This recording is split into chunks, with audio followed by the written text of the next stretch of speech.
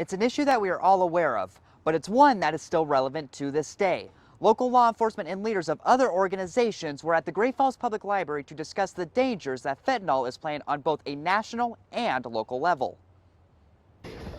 Use of choice, but I think the reality is that we find it wherever. That is the voice of School Resource Officer Clint Houston, who spoke on his personal experience dealing with those who fell victim to opioids. According to the Great Falls Police Department, there have been over 1,000 total overdoses, with 152 of those being fatal in 2022. Most of those overdoses are believed to be related to opioids, and more specifically fentanyl, which is why at the Great Falls Public Library, the public was not only educated on the dangers that fentanyl plays in our own backyards, they got to actually see for themselves the impacts that these drugs have on one person and how that could spread to an entire group of people. Law enforcement mentioned that along with fentanyl, methamphetamines continue to become a concern in Great Falls. First responders like emergency services also explain the role of a reversible drug called Narcan. Sure, if you don't have an opioid in your system that's taking control of the receptors in your brain, Narcan won't do anything to you.